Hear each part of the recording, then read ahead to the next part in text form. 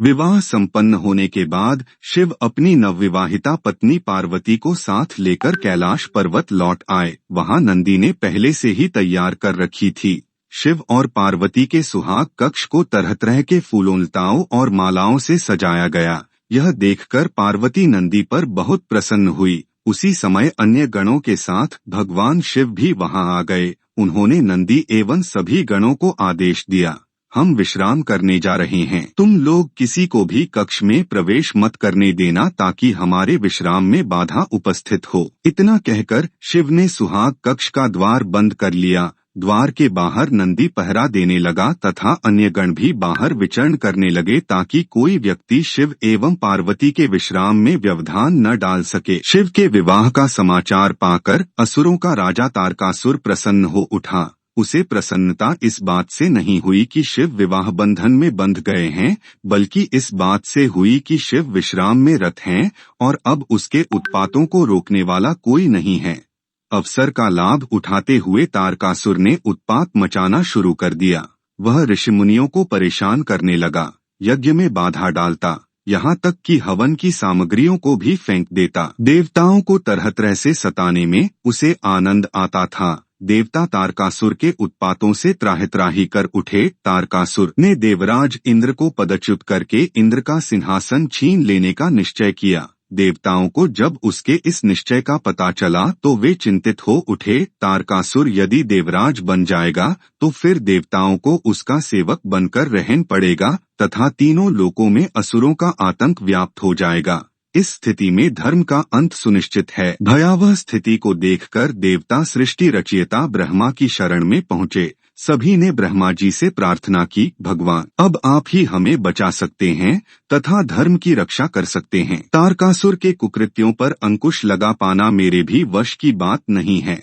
यदि यह कार्य कोई कर सकता है तो वे स्वयं शिव हैं। आप लोग उनके पास जाइए और उनसे प्रार्थना कीजिए। ब्रह्मा जी ने देवताओं को परामर्श दिया। सभी देवता शिव से मिलने चल पड़े। वे जब शिव के सुहाग कक्ष के पास पहुँचे तो नंदी ने उन्हें वापस जाने को कहा। तब देवताओं ने नंदी को तारकासुर के उत्पातों के बारे में बताते हुए कहा कि शिव को सूचना दो, हमारा उनसे मिलना अत्यंत आवश्यक है। क्षमा करें, मैं यह नहीं कर सकता हूँ। स्वयं शिव ने मुझे आदेश दिया है कि मैं किसी को उनके विश्राम में व्यवधान न डालने दूं।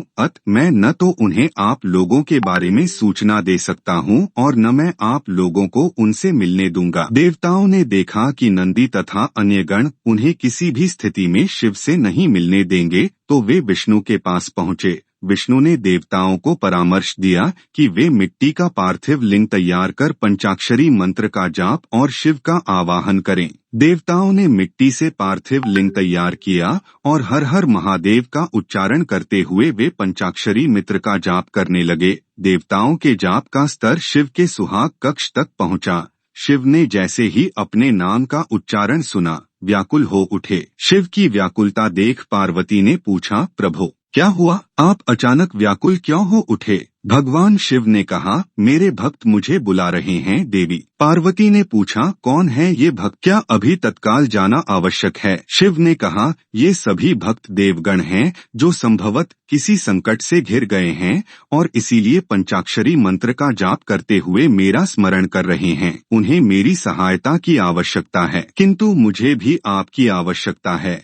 यदि आप मुझे सुहागशया पर इस प्रकार छोड़कर चले जाएंगे तो यह मेरे प्रति अन्याय होगा। मैंने सुना है कि आप किसी के प्रति अन्याय नहीं करते। पार्वती ने नारी सुलभ उठ करते हुए कहा। पार्वती की बात सुनकर शिव सोच में पड़ गए। यह धर्म संकट की स्थिति थी। यदि मैं देवताओं के पास नहीं जाता हूँ तो शरणागत की रक्षा न करने का दोषी बनूंगा और यदि पार्वती को छोड़कर जाता हूँ तो पति धर्म से विमुख होने का। अंत में शिव ने कुछ निश्चय किया और वे कक्ष से बाहर चले गए। देवताओं ने शिव को देखा तो वे प्रसन्न होकर शिव की जय जयकार कर उठे। शिव ने देवताओं से पूछा, देवगण बताइए आप लोग मुझे क्यों पुकार रहे हैं? देवताओं ने शिव से प्रार्थना की, प्रभु तारकासुर के उत्पातों ने हमारा जीवन दूभर कर दिया है, कृपया आप चलकर उसका सहार करें। शिव असमर्थता व्यक्त करते हुए बोले, मैं तो अभी आप लोगों के साथ नहीं चल सकता हूँ, आप लोग ही कोई अन्य उपाय सोचें। यह सुनकर देवतागण सोच में पड़ गए। उन्होंने मन ही मन विष्णु को स्मरण किया। विष्णु ने उन्हें समझाया कि यदि शिव स्वयं नहीं जा सकते हैं तो वे एक पुत्र की सृष्टि करें तथा उसे तारकासुर का वध करने के लिए भेज दें। देवताओं ने शिव से ऐसा ही निवेदन किया। शिव भक्तों की बात भला क्यों टालते। उन्होंने तत्काल अपना वीर्य अग्निकुंड में छोड़ दिया। उस वीर्य से एक बालक का जन्म हुआ। ब्रह्मा ने स्वयं प्रकट होकर उस बालक की कुंडली बनाई तथा उस बालक का नामकरण किया कुमार स्वामी। इसने कालांतर में असुरों का वध कर देवताओं को संकट से मुक्ति दिलाई। जब देवी पार्वती को इस बात का पता चला कि शिव ने देवताओं के कहने पर अपना वीर्य अग्नि को अर्पित कर दिया है तो वे क्रोधित हो उठीं। उन्होंने देवताओं को शाप दे डाला। हे अकर्मण्य देवताओं, आपने एक नव विवाहिता पत्नी की शैया से उसके पति को बुलाकर उससे वीर्य का दान मांगा है। मैं आप सभी को शाप देती हूँ कि आप कभी संतान सुख प्राप्त नहीं कर सकेंगे। देवी पार्वती के शाप से सभी देवता थर्रा उठे। उन्हें इस अनहोनी का अनुमान नहीं था। वे शिव से प्रार्थना करने लगे कि अब शिव देवी पार्वती के क्रोध को शांत करें और देवताओं को शाप से मुक्ति दिलाएं। शिव ने देवताओं से कहा, मैं इस संबंध में कुछ नहीं कर सकता। इसके लिए आपको देवी पार्वती की पूजा अर्चना करके उन्हें प्रसन्न करना होगा।